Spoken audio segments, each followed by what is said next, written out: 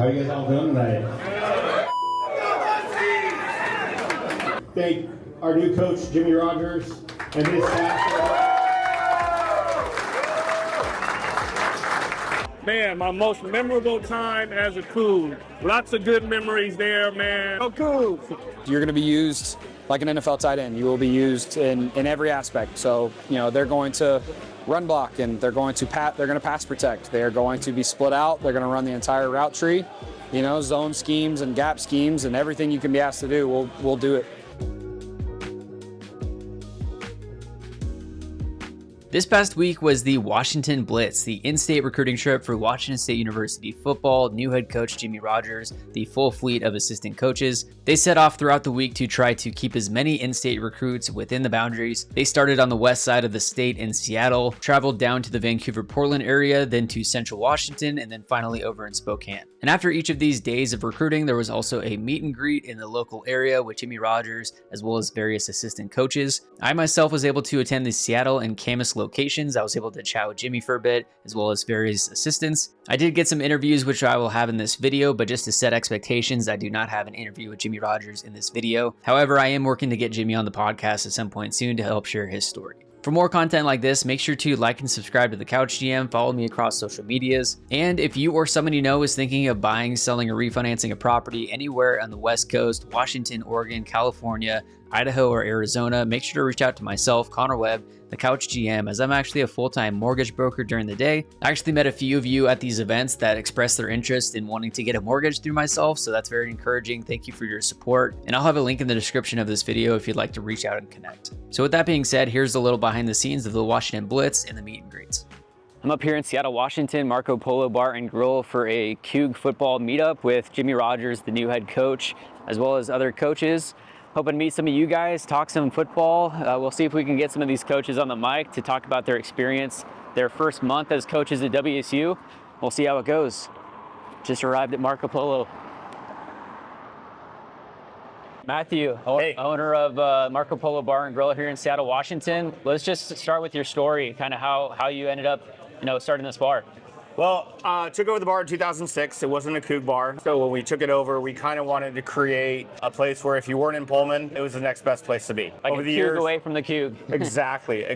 And, over the years with the help of Cougs First and, all the various alumni associations and stuff, we were able to create this environment and just be a place for people when they're not in Pullman to be here and celebrate the Cougs. Yeah. What are your thoughts with the coaching change heading into this next season? Football's a crazy time right now. You got NIL, Coug Collective, but I'm excited. Jimmy Rogers is an energetic guy. I think he's going to bring a lot. We've had some great coaches in the past, and now it's a new chapter. It's, starting to do something new and different. So I'm really excited. I think he's going to bring some great energy to the team. Yeah, and you're giving out free drinks to the 1890 members. I am. All 1890 members and Cougar Athletic Fund members are getting their first Old Crimson Lager or Paddock on me. It's kind of my way of saying, hey, thank you for being involved for those. And then those who aren't involved, getting them, hey, sign up, because everybody needs to be on board, So we need to keep the players in Pullman. We can't let them go other places. There's two sides to everything right now. You got CAF, where he's like, well, I give the CAF. Well, that hires coaches and builds facilities and gets scholarships. But, the collective is also helping keep those players there. Yeah. And so I think we all saw what happened when the collective doesn't work, and we can all be angry about it, or we can all pull together to help fix that problem. Yeah. Well, appreciate what you're doing. I'm looking forward to tonight, and we'll see what happens. Thank you very much. Appreciate you being down here. Yeah, go Cougs. All right, go Cougs. Luke, so Old Crimson Lager, sounds like you have a bit of a role in getting this started in current production. Do you want to walk us through kind of who you are, what you do, and how you got started with that? Yeah, it's a great story. It goes back over a year ago now. I think the project, if you will, for the collective with Pike Brewing, and we had a really good consultant that helped us through the whole project, Megan Garcia. I think we started working on it in October of 23. It took several months to get done, if you will, and we released with the Coug's First show in May of 24. Yeah, it was a total team effort with the collective Pike Brewing at the time. Pike and Fremont have kind of merged now, so the beer today is made at Fremont Brewing, and I actually work there a little bit at the production facility. So I work on the line, if you will, not too often, but it's pretty cool. I got to know the owner and CEO and founder of Fremont, Matt Lincecum, and some of his team, and it was just a cool thing to kind of cap it all off with. But the project in and of itself was, yeah, it was kind of a no-brainer. I mean, we kind of saw collectors around the country doing, other than the big ones, like Oregon doesn't need to do this. Like they get money from Uncle Phil whenever they want, and others to their credit. But smaller collectives, like we got to come up with creative ideas and ways to make money. And beer was obviously number one on our list. And we had seen Iowa State and a few others do it, Boise State, and do really well. So we just wanted to join the party. And it worked out great. I mean, we couldn't be happier. The beer's great. Everybody loves it. It's selling really well. And I think Pike, Fremont are happy with it too. And so yeah, it's a good feather in our cap. I guess backtracking to the start of the beer, how do you work with the brewery to come up with the end product? Do you start with a base of like, hey, we like these types of beers? Yeah. I mean, we did. It was honestly, initially, it was just brainstorming. And hey, I mean, we knew we wanted something easy drinking and kind of universal. We weren't going to do a porter or something silly like that. So we debated, Pilsner, lager, which we settled on the lager, a pale ale, maybe not an IPA, but so we had a few different ideas, and then we were debating names and all that kind of stuff, and how the name Old Crimson happened is a really cool story. Old Crimson Booster Club, they're legendary. I mean, it speaks for itself in the ESPN Game Day thing, and we kind of always had this dream, like, God, could we somehow get them to partner with us on this? And we just didn't know how to really make it a reality. We were down to like the top 2 or 3 names. Like we were almost done. We knew it was going to be a lager. Jim Carey is a guy that helped us with the design, like the can design, literally. And he just was like, I think I'm going to take a shot here, guys. He had Jack Thompson's help. And he knew someone on their board and got on the radar and basically just said, hey, would you guys consider this? And they called like almost an emergency type board meeting, voted on it really quick. It was unanimous and said yes. It's a no-brainer. Yes. So like the next morning, we're kind of holding our breath and they're like, we're in. Yeah. Couldn't believe it. So we had to tell Pike really quickly, like, hey, throw all those names out. Like, this is it. Like, this is absolutely it. And they agreed. I mean, there was no debate. So Old Crimson Legendary Lager came to be that way. And we couldn't be more appreciative and thankful for the Old Crimson Booster Club to trust us. At that point, they didn't know us that well, but they knew enough about what we were doing and what the cause was, NIL and all that. And yeah, we just had to make sure we didn't screw it up at that point.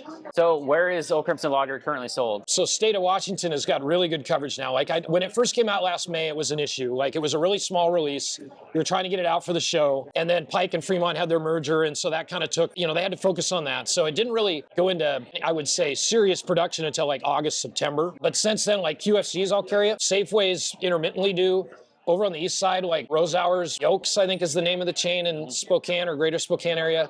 I mean, there's tons of like one-offs too. Total Wine and More carries it. So it's not really that hard to find. I mean, I can't speak for like the mom and pops, but we feel like they've done a great job with covering all the bases. And yeah, it's selling well and we're really happy. Awesome. Well, Luke, thank you for your time. Thank you for helping create the beer, and go Cougs. Go Cougs.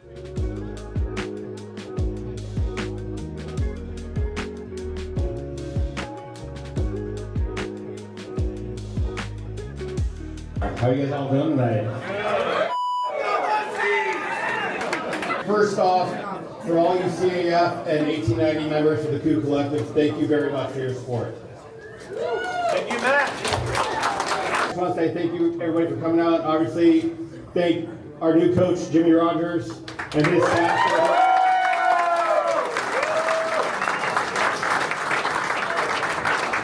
Jimmy's making his way around, talking to everybody, saying hi. We have a couple of his coaching staff back here too, so please come say hi, and thanks again for coming out. Go Cougs! Go Cougs! All right, here with Marcus Trufant, repping the Cougs.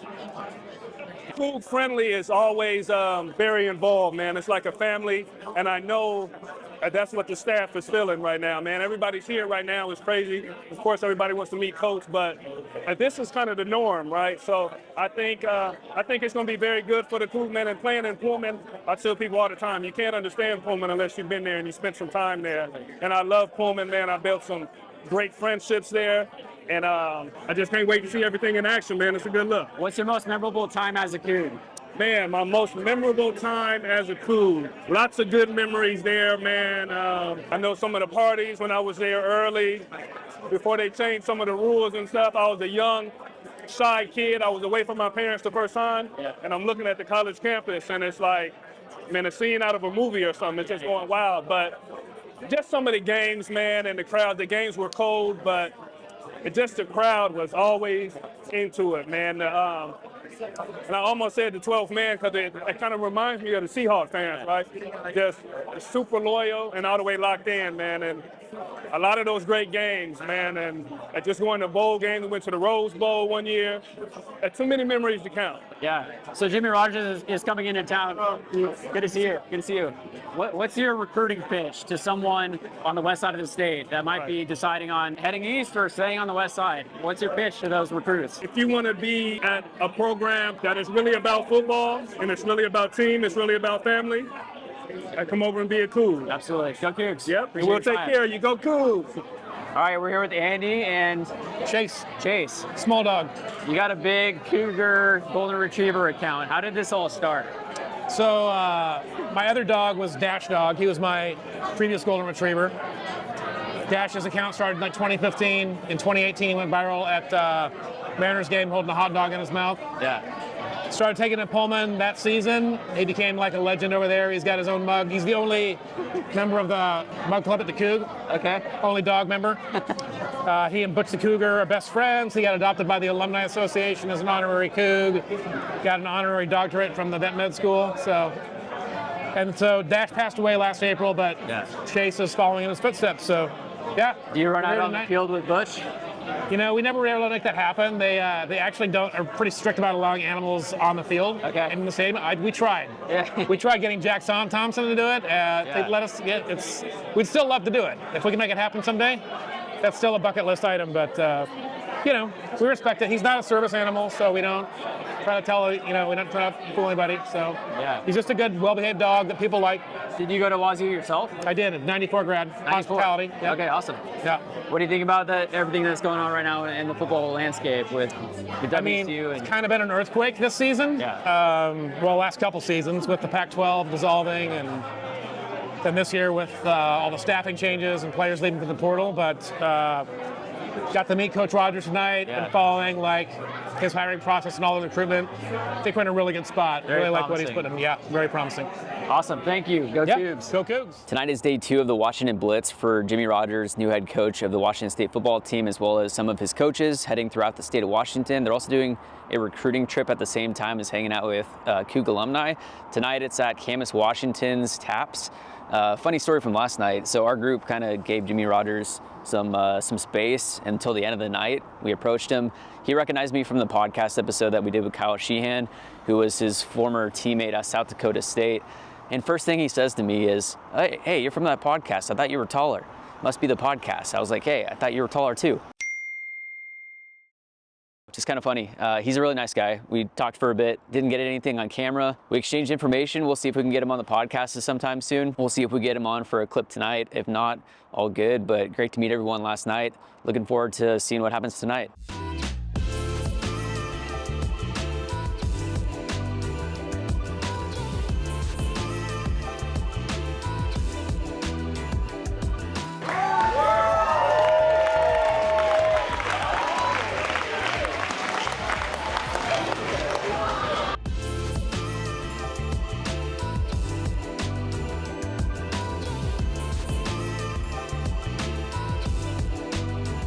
WSU defensive commit Luke Webb was also at the event, so it was great to meet him and his family in person. If you haven't watched our podcast with him, make sure to go check that out.